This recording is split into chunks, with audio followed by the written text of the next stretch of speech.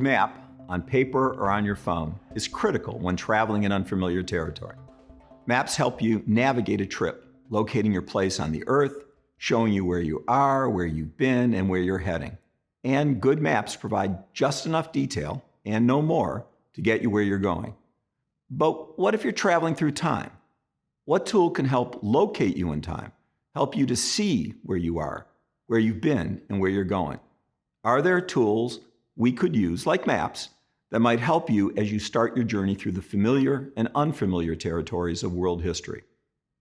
In this course, we think big story frames, or simply frames, will help as you travel through history, mapping the trip our species has taken over hundreds of thousands of years. Like maps, the frames highlight important milestones or turning points on a trip.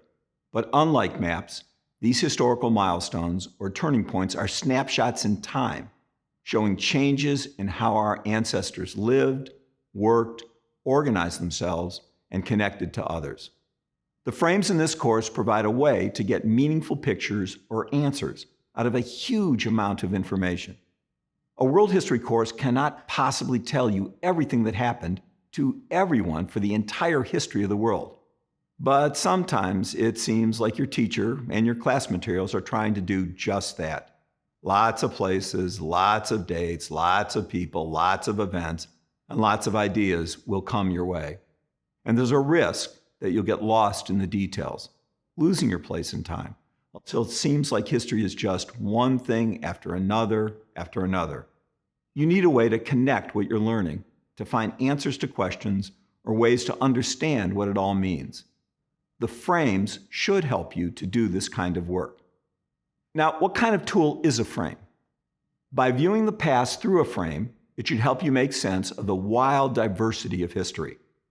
It should help you use what you learn about the past to understand our present and to anticipate the future. The three frames we use in this course are communities, production and distribution, and networks.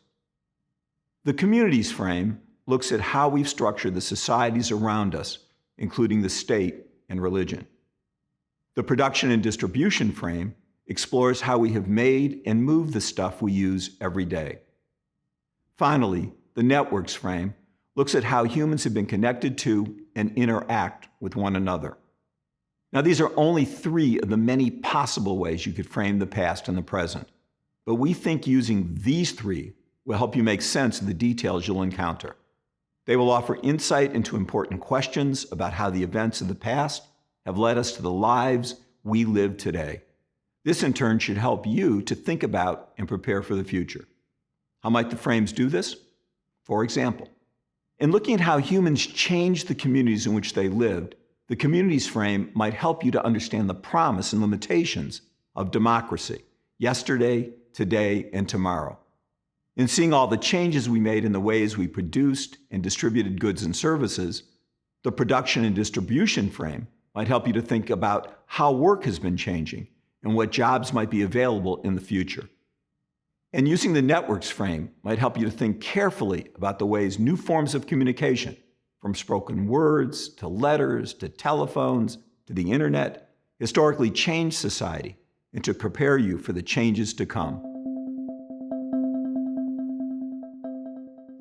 Each frame enables us to connect particular events and trends in the past to those that came before and will come after. However, depending on which frame we use, we can get different but complementary answers. For example, the transition to farming in the distant past and the Cold War in the recent past assume very different meaning if we consider them as changes in community identities or economic systems of production and distribution or the networks of people and ideas. Of course, these elements of human life all overlap, and so the frames also all overlap. But that's okay. The past is messy and complicated, and so are the tools we must use to study it. Frankly, that's why using multiple frames is so useful. Each frame reveals important information that other frames may not. After all, you need different maps to help you see different territories, right? One map may be great for one purpose, but not so good for another. so it is with the frames. The important thing to remember about frames is that they let you connect events and people and trends across multiple eras. They create big stories over grand sweeps of time, all the way to the present. Now, even though it might appear that we're studying each era separately, it's very important to help you see bigger patterns of change, patterns sweeping through all the eras, all the way to the present. For example, consider, as we do in the communities frame, that some humans began living in cities thousands of years ago, but it was only in 2007, just over a decade ago, when more than half of all humans were living in cities for the first time. Clearly, the history of cities isn't confined to one era, nor is any other history. Frames, then, are useful tools for understanding big changes in human history. However, because they focus on big changes, they are not perfect tools. They leave out more than they include. Indeed, frames look at events, trends, and long histories through particular filters. None of them tells the whole story. It's really impossible to tell the whole of human history through any single story.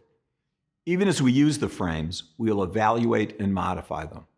We will test their claims by asking critical questions about how well they guide us in thinking about events of the past and the present. By both using and evaluating the frames, we hope to improve our skills in analyzing the stories we get from the past. This includes the frames that others give us. We'll test their claims using evidence and logic, considering the impact of using one frame over another. So there you have it.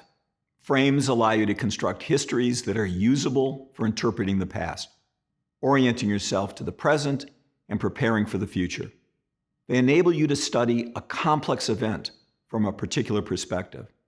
They allow you to generate big questions and to test them using evidence. They help you to perceive patterns that cross different periods. They can be modified through your own experience. This is why we have designed this course for you to use frames, test frames, and eventually construct your own frames for understanding and using world history.